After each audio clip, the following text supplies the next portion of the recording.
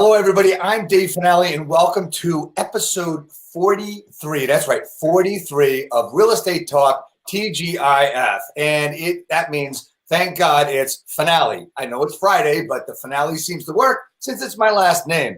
And it's just a little bit of spoof there. So today, I'm really honored. I mean, we've had some great people on this broadcast. We've had, Chris Smith, Katie Lance, Jimmy Mackin. We're going to have Tom Ferry in too, but today, we have the founder and chief content creator of Keeping Current Matters, otherwise known as KCM, Steve Harney. Steve, thank you so much for coming on and welcome. Thank you very, very, very much, David. I really appreciate the opportunity to, share my message with your followers. I think you're doing a great job. I mean, that cast of characters that you've put together, including me, is unbelievable. That, when you're talking about anywhere from Chris to Jimmy, to Katie to Tom, that's like unbelievable. Just to be put in that same group is, an honor to me. So thank you very much for inviting me on. You're very welcome. I'm honored to have you. And let's just get right to it. There's so much talk about a shift in the market. Matter of fact, there's a book called Shift, which I've been reading on and off for a long time, about the real estate market. Do you believe a shift is going to happen? And if so, how much is it going to shift? Okay, well, I think that the word shift, which is being used by a lot of people, is a word that connotates change. And what we have to realize that for us, we understand the change. We're living it day to day. So the vast majority of kind of get a feel for it. It moves at a molasses kind of pace, and we don't have to get nervous about it. When the consumer hears the word shift, they think of the word change. And whenever there's a change, there's concern. So what we need to do is be ahead of this shifting market, both in what we know and what we say, so that concern that a consumer can have doesn't turn into, fear, and then the fear turns into panic, and all of a sudden things get crazy. What I'd like to say, more than the market is shifting, the word I like to use is the market is normalizing. If we go back a year ago and we think about what agents were praying for back then, praying to the gods of real estate for, was they needed more listings and they needed prices to slow up, because if they continued appreciating at 6, 7, 8, in some markets 12, 13%, we were going to have another housing bubble. Right. So a year ago when I was talking to agents, they were saying, Steve, we got to pray to the guys that we get more listings and that prices slow up a little bit.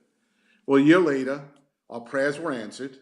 More listings are coming to the market, and prices are reaching more normal appreciation, not that exaggerated appreciation we've seen over the last 5 years. And because that shift is taking place, people get nervous about that. But we have to realize that's exactly what we asked for a year ago. And the reason we asked for it a year ago is because that's what the market needed. So I like to talk about the market as normalizing right now. It's not shifting, it's going back to a normal situation, because first we had the crash, and then we had a recovery. And now things are starting to balance out to more normal numbers. If you want me to talk about those numbers, I will. Well, I like to look at when we talk the word normal, right? I don't think we have normal for a very, very long time. And I still have that slide from Keeping Current Matters of what a normal market is, 5 to 6 months of inventory, right. 1 to 3% of appreciation, 90 to 120 days to sell a house. I mean, we're not in all those parameters yet. We may be, we may not be. But everybody's worried about a crash, and everybody's worried about this shift to the crash and all this other stuff. And you're right, we got what we wanted for. Do you think it's possible, or do you think what we're seeing is a self-manifestation of a shift, of a crash, of that stuff coming out? Because everybody's talking about it, because everybody's afraid. They have this fear about this, things not going well, and they're all talking about it. What do you feel about that? Well, we have to look at a couple of different things. First of all, Morgan Housel is probably the most renowned and probably most sought-after speaker in the financial sector. What he explains is there's a psychology whenever a market is shifting. And the psychology is people go back to the last time it shifted. So if we're heading into a more normalized market where not prices are depreciating, though some reports are reporting that when prices slow up in appreciation, we're not appreciating by 8%, now we're only appreciating by 4.5%. Somehow they use the word depreciation and it doesn't fit there. Depreciation means that prices are falling from their current value. We are not seeing that, and there is nobody projecting that. At KCM, we give a sheet every single month, a table every single month, where we go over the home price expectation survey, 100 experts that are surveyed once a quarter. We go over Ivy Zelman's report. We go over Fannie Mae, Freddie Mac, the National Association of Realtors, and the Mortgage Bankers Association. Plus, we take in what CoreLogic said. None of those major organizations is calling for depreciation. None, not one. So it's important to us that we realize that, no, we're not heading to a market like 2008, though the consumer can perceive that. So what we need to do is, and I love the fact that you talk about the differences. You know, when I took a marketing class, the first thing, the best marketing class I ever took, the instructor, the first thing they said is 10% different is 100% better. And that's really what you live by, is let's make, you coach agents to be different. And just that 10% difference can make them 100% better. So on this subject, what I would do is, I'll be a little different in the way I approach it. There's no need for panic. What there is need is for education. When people are concerned, we can't sell them on something. That's what we did back in 2006, 2007, 2008. Oh, don't worry about it, the market's fine. Oh, and we were taught, if someone asks how's the market, unbelievable, because that didn't mean anything. It could mean a whole assortment of different things. So now we have to be educated and tell them exactly what's taking place. We're approaching, we're not there yet, you're 100% right in what you just said. We're approaching more normal appreciation. Historic appreciation over the years is 3.6% annually. So now we're going with, right now we're about 4.5%, and we probably will over the next couple of years get back to that 3.6% appreciation. The pendulum, which swung so far the other way, 6, 7, 8, 12% appreciation, might swing back a little bit further, and we might hit 2.5%, 3% for a year or two. But there is nobody of substance, no organization of substance that is saying that we're going to hit depreciation. Now, we have to get that word out, because the headlines that the consumer is seeing is using words like depreciation, prices are falling, and they're hearing 2008 all over again. And the only people that can convince them that's not the case is us. And you're 1,000% right that there are some agents buying into those headlines because they're not educated, and they're creating some of the panic, okay, instead of alleviating some of the concerns. So, do people talk about recession, right? Okay. It's possible, right? I mean, everything talks about cycles and everything flowing, right? And people see a recession coming, and maybe there is, maybe there isn't. Okay, I'm not as intelligent as you are, or as informed as you are about it. But the thing I also believe is that when and if there is, I don't think the next dip or whatever it is in the economy will actually affect the housing market or the real estate market. What do you have to say about that? All right. Well, first off, I have to correct you on something. Okay. You're at least as intelligent as I am, probably more intelligent than I am, but you're probably not as schooled on the economic side of the real estate business, because that's what I do for a living. I have at KCM, we have a full research team, we have a full content team. So we work very hard just on that one piece. So I'm sure there's 1,000 things that you can talk more intelligently about than I. But on this particular subject, I'm one of the best there is. So I get that. So let's talk about why there's going to be more and more news of a recession. Because the first thing we have to do is, what are the headlines going to say?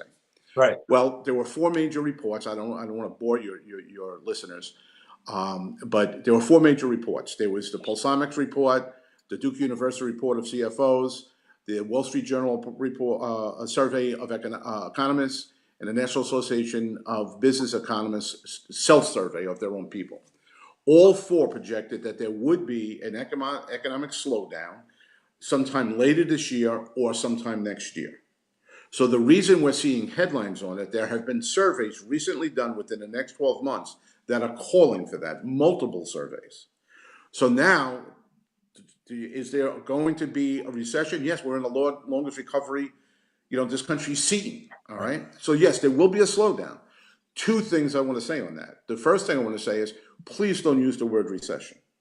Because again, if we go back to what Morgan Housel said, people will hear that word and what they'll see is 2008. That was the last recession. What we need to do, and I struck KCM members to do, is instead of using the word recession, I use the definition of the word recession. The definition of the word recession from the Merriam-Webster dictionary is 2 consecutive quarters where GDP slows down. We were going to, because GDP just was announced yesterday, over 3, which some people said would never happen, all right, so it was way above estimations. When that does slow down, that's going to be okay, all right? It's not going to be like it's a crash. Right. It just means 2 consecutive months. So we have to get away from the word recession, and I tell my people not to spin anything. I take the exact definition of the word, slow down 2 consecutive quarters, and economic slowdown. Now, what is that going to do to the market? Here's 2 interesting points I'll make on that.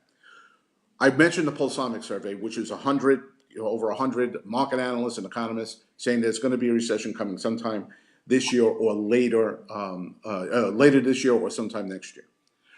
What was not reported is those same 100 experts on the same survey on the same day also said that prices were not going to depreciate. That appreciation was going to slow down to more normal numbers, but they weren't going to depreciate. But that never hit the papers. The word recession hit the papers, but the fact that they're saying that's not going to take place. Let me just finish up. Since that time, which is about 9 months ago, that same group upticked their appreciation estimates. They think it's going to be more, they were more aggressive in prices rising than they were when they said there was going to be a recession. Last 5 recessions. Obviously, the last one, prices dropped to 20%. The 4 before that, 3 of the 4, prices went up. 2 of those 3 times, they went up more than historic norms.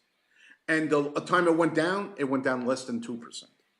So does a recession mean that home prices fall, that the housing market crashes? No, it doesn't. Historically, that's not the case. Did it happen the last time? Yes. Why? Because the housing crash caused the recession. Right. All right. This recession, when we have this slowdown, it's not going to have anything to do with housing, and it's not going to dramatically impact the housing market in any way, shape, or form, unless people don't listen to you and they start using the word recession. If the agents start to panic, then everyone around them will panic. Well, I think you hit the nail on the head with something really that you just went right over real quick. And it's like when someone says, how's the market to you? And they used to say, unbelievable. That's the wrong thing to say. You need to have some kind of intelligence behind that. And as you say, control the narrative, right? Exactly.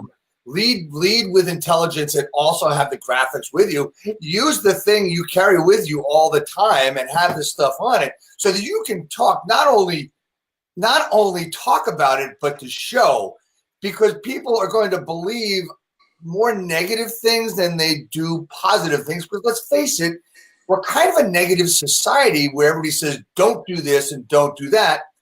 I've never seen it help anybody. Like, don't touch the stove, it's hot. Guess what? You're going to touch the stove. Wet paint, you're going to touch the paint. That's the negativity talk that we have.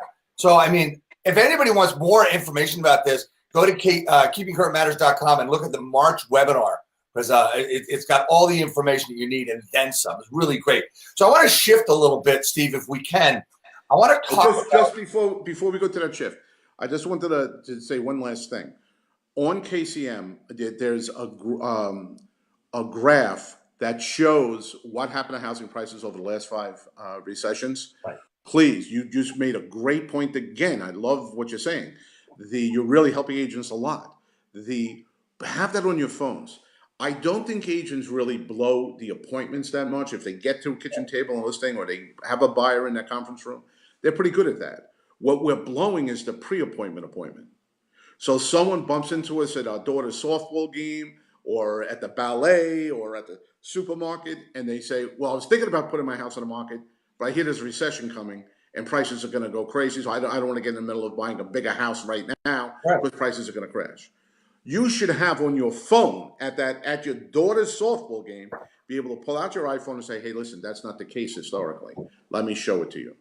You're not going to get the listing in the stands of your daughter's softball game, but you're going to get the appointment that following day at that kitchen table. So it's the pre-appointment appointment that they have to nail. And there's so much, I mean, I'm going to go with this for a second, if it's okay with you. There's so much about having the backup information. I mean, first of all, I mean, I get all that kind of stuff from you guys, which is great.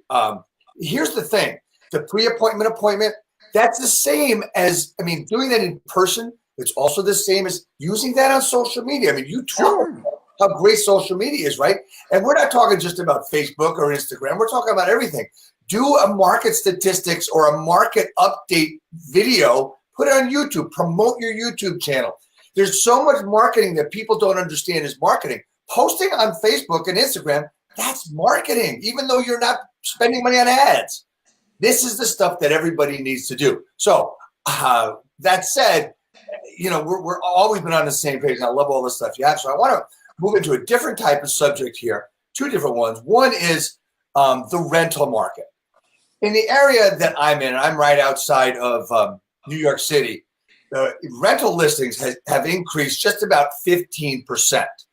And what you're also seeing is in these bedroom communities of, I'm just going to use East Rutherford as an example because people might know that, the Meadowlands Giants Stadium where the Giants and Jets play, MetLife Stadium, that's East Rutherford, New Jersey. You've got an increase of hundreds, not tens, hundreds, right? Right now, approximately 400 additional luxury apartment rentals are being built, right? The question is, how is that going to affect the housing market in the adjacent areas? And will it affect it in a positive or a negative way? Well, I think that, first of all, we have a tremendous rental need in this country, okay? We usually talk about the need at the lower end of the market, but if we're talking about the luxury end of the market, we still have a need there because there are people who might make the decision that they don't want the four-bedroom colonial. Their kids finally moved out, all right? Their adult children finally got a job and then they're on their own and buying their own house. And they don't need the four-bedroom colonial. They need the hassles of it. They don't need the yard work and everything else like that. But they still want to live amongst the same type of person that they lived in that bedroom community. So there are more and more wealthy Americans across the country moving into more luxury rentals. Right. How does that affect the market? Well, first of all, the construction of those leaves that wealth in that community. So that's good news. The second and probably more important thing to me is that enables, you know, one of the things we always hear agents say, and it's true because homeowners say it, they say, well, I would put my house on the market, but I have no place to go. Well, if there is in your communities, and there are starting to develop them in many metro areas around the country or surrounding area of metros around the country, if they have a place that they can move to that they can be comfortable and not have to worry about anything, now they're in that rental unit comfortably, they sold their house, and then maybe they buy a lake house for the summer, Right. all right, and you know, with the extra money that they have.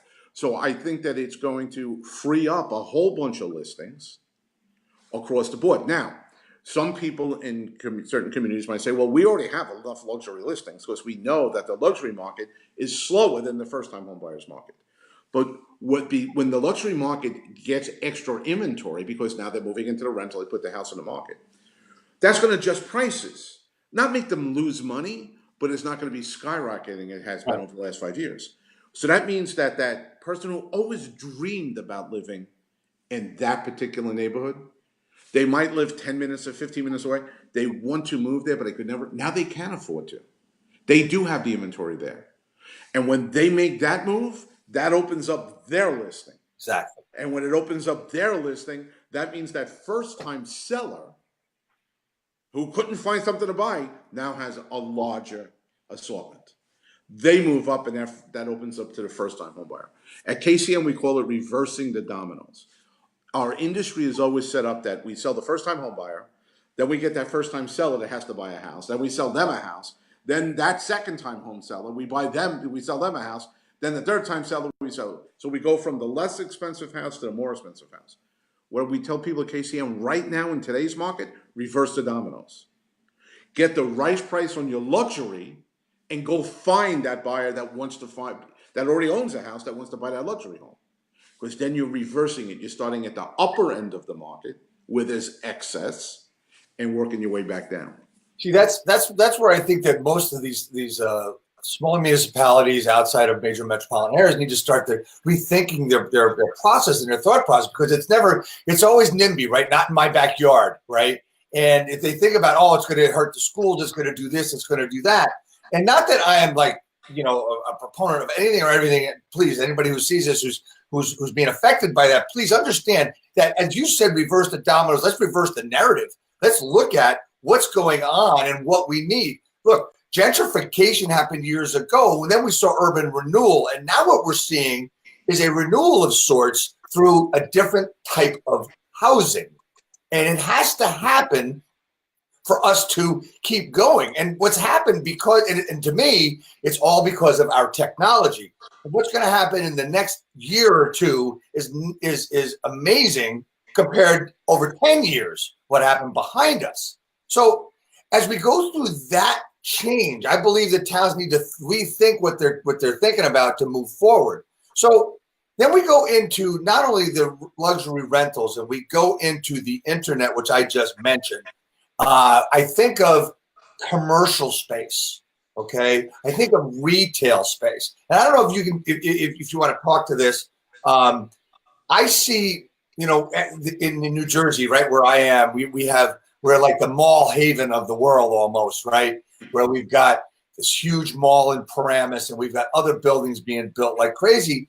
And because of the change in housing and the change in our economies and the reason of online buying, I believe that we're going to see a big change in the downtowns being more of a shopping center area. What do you think about that as it works with the housing?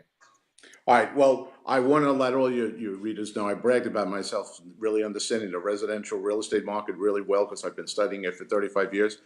I don't have the same expertise. I don't have any expertise on the commercial side of it, so I want to be very honest with everyone. I do own a couple of office buildings up in New York, so it's not like I don't understand the commercial market, but I haven't done the research on that part of it. But I think that there has been a push, and I think it was misjudged early on. I think that early on, what was taking place is young Americans, millennials, when they first got out of college, everybody wanted to live in that really cool apartment over the pizzeria in the hippest part of town. And everyone ran that, oh, no one's going to buy a house anymore because everybody wants to live above the pizzeria in this apartment. What they didn't realize is millennials were going to fall in love. They were going to have children, and the children, they wanted to have a house with them. So now we see this migration of the younger generations moving out into the suburbs. And that whole myth that they were going to stay right in the metros, that myth is dying. All right, that on the residential side, that's the case. However, what we're starting to see now is that the older purchaser or renter that has money in their pocket is saying, I want a walkable place. I want a place that I can really see. And let's use me as an example. I don't like anecdotal examples, but I'm going to give you one. I owned a very beautiful, really beautiful home out on Long Island, and I decided that, you know what, I wanted to leave New York. I wanted to, as I was getting older, my kids finally moved out. That's a real true example with me. Both of my boys jumped back in right after college, and then they finally, went out on their own. And I said, we don't need this 4-bedroom colonial anymore, to my wife. So we didn't rent, though we could have rented. We bought a condo down on the water in South Beach. And we said, all right, fine. Now we can spend the winters down there. And we decided that we were going to take the rest of the money and buy a lake house in North Carolina, which I'm at right now. So I think that the older generation now, when I go down to South Beach, I love it. I walk out my front door, some of the best restaurants, some of the best shops in the world are right in front of me. So I think there are more people like me all around the country saying, hey, you know what? That piece of urban living, all right, where everything's at our fingertips. All right, we don't have to drive a half hour to go to any place, a good restaurant. It's right there. All right, we don't have to drive a half hour to go to a good store. It's right there. I think that more and more of that is definitely taking place. I want to see it for a longer period of time before I say it's a lasting trend, but it's definitely trending right now. Do you believe that, with that thought in mind, that residential areas, towns, New Jersey, I'll just stay there, okay? Okay.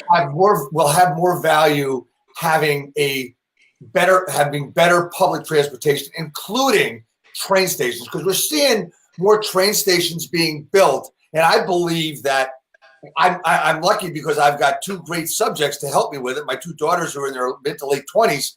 They know living in, let's use Hoboken, New Jersey, which is a great millennial spot. They know that they're going to live there for a certain time, but they also know if they move away, they want to be able to go back and hang out. Exactly.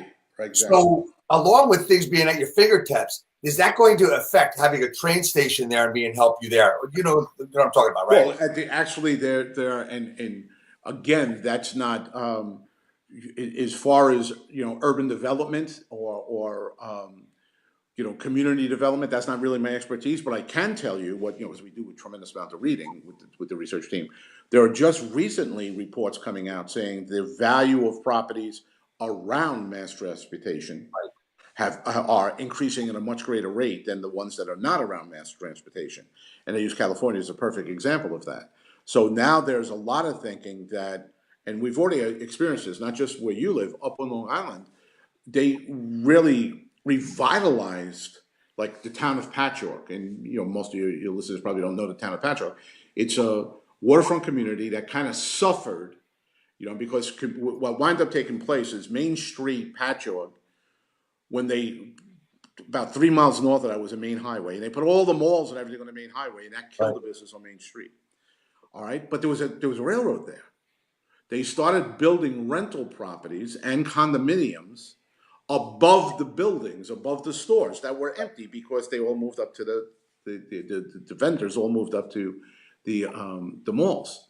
And when they start building those, because the transportation was there, people could go back and forth to work in New York City or in Nassau County. All of a sudden, all those businesses came back in again because there was enough people there to go ahead and mandate, well, I need restaurants, I need stores, I need to be able to shop, I need to be those things, and they wanted it in walking distance. So yes, I think that the whole concept that there is a certain group, a large group of Americans that want to be someplace where they can live that hipster life. Then when they get older, they move out and live the normal American 400-year life, but they want to go back. And as they get older, they might even want to go back permanently for a period of time. All right? I'm seeing that in this area as well. It's getting to be a mix of people renting apartments where you don't think they would be back renting, where they just sold their big home and they're in a bedroom apartment. Yeah. Well, I think that there's a freedom to that is there. And I'm not, advocating. I didn't rent what I want down in Miami because in my mind, I know people say you shouldn't consider your residence as an investment. They're great investments in real estate, but your home is your home. And I do think my home is my home, both of them. But I want to make money on both of them. So so I know that if I have a condo in South Beach and I have a lake house in North Carolina, I will never see the cash from either one of those two buildings. But my children will, or my grandchildren will.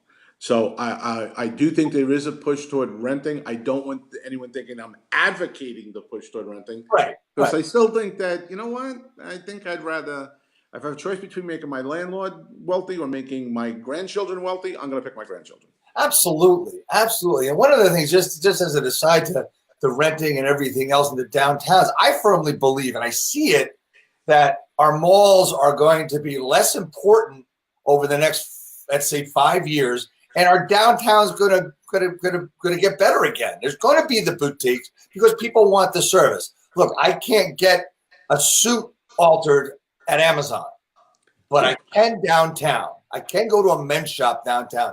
I believe that's going to be a little slow going, but I also know with all this building still going on in the retail space in this area, they're still empty. There's big stores that are still empty and have been for over a year, 2 years. We're going to see the downtown more important, and housing is the biggest part of that. See, thanks so much for being on. Is there anything you want to finalize and finish with, and just like give us, what's going to happen and what agents should be doing that maybe they're not doing? Because to me, what I try to do is use the art of differentiation. It is basically nothing different. It's what others won't do. So what are agents not doing that you see, and what can you help them with? I think that the major thing that I would do, and I'm going to repeat what you said, so I apologize. No worries. This might not be a great great broadcast for you because I'm just saying what you said. But one of the things that I think every agent has to understand, and let's just leave it on the listing side for now. It applies to both, but I don't want to take up all the time. On a listing, I understand. I've been in the business 35 years. I owned a 550 agent real estate company, so I know the business really, really well. And I understand that the business is local, local, local, local, local.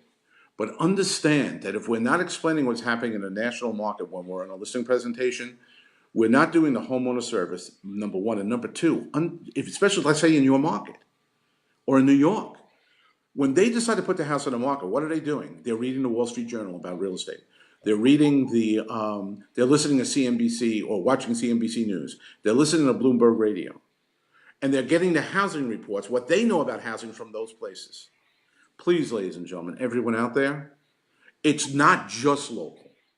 You have to be an expert at both in order to sit down there. Because if you go into your homeowner and they just heard the same exact thing from the Wall Street Journal, CNBC News, and Bloomberg Radio, and now you're telling them something different in your market, you're putting them in a very awkward position.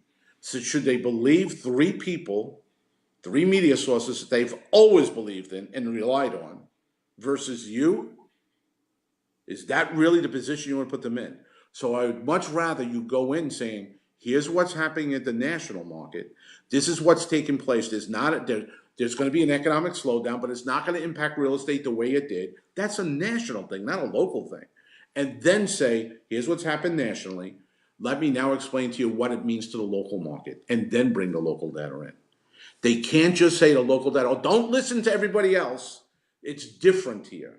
They have to say, this is what's happening everywhere else, but it's different here. That's such a great way to put it. I mean, everybody, all this noise, and I use that word all the time. It's noise. There's so much of it, right? And we're exposed to it all. And honestly, I get kind of embarrassed at times. I don't watch TV and I don't watch the news. People, talk about things that are going on in the world, and I say, what? When did that happen? And I'm sorry, but it just got so negative. I just you're right. It's very negative. You're definitely right about that. Just shut it all off. So I've spoken a little bit, and you have too, about Keeping Current Matters. Tell people about Keeping Current Matters and how they can see you more every month. All right. Well, Keeping Current Matters was something I started when the market was crashing in 2008. Agents didn't really understand what was taking place in the economy and how it was going to impact the market. So it was something that came out of the crash of 2008. That if agents truly understood what was taking place in the market from an economic standpoint, from a national standpoint, from a mortgaging standpoint, from a delinquency standpoint, if they understood all those numbers, they could much better advise their clients. So I helped many agents, tons of agents, through that rough time. And now we're helping to make sure this doesn't turn into another rough time. Right. All right. We have over 20,000 agents that we do daily information to, we do weekly information to, we do quarterly information to, and monthly information to. All right. And you get that information, and you can now be seen as the expert. When people are starting to panic because they're reading all these headlines, you said it before so well. Show them the data. No, that's not true. Let me prove it to you. No, that's not true because I'm a realtor. Let me prove it to you. That's where the mainstay is there. So Keeping Current Matters, they can go to trykcm.com and they can get a 14-day free trial. They can look at anything that they want to see on the site. Trykcm.com. Go there right now, to take a look. You have 14 days. Take everything off the site you can possibly want, and they're going to get blown away what's on there. And you mentioned something about recessions. We talked about a little bit. That's going to be a big issue going into the election next year. People are going to push that word real hard and make sure that there's a whole section there on how to best handle that narrative, control that narrative.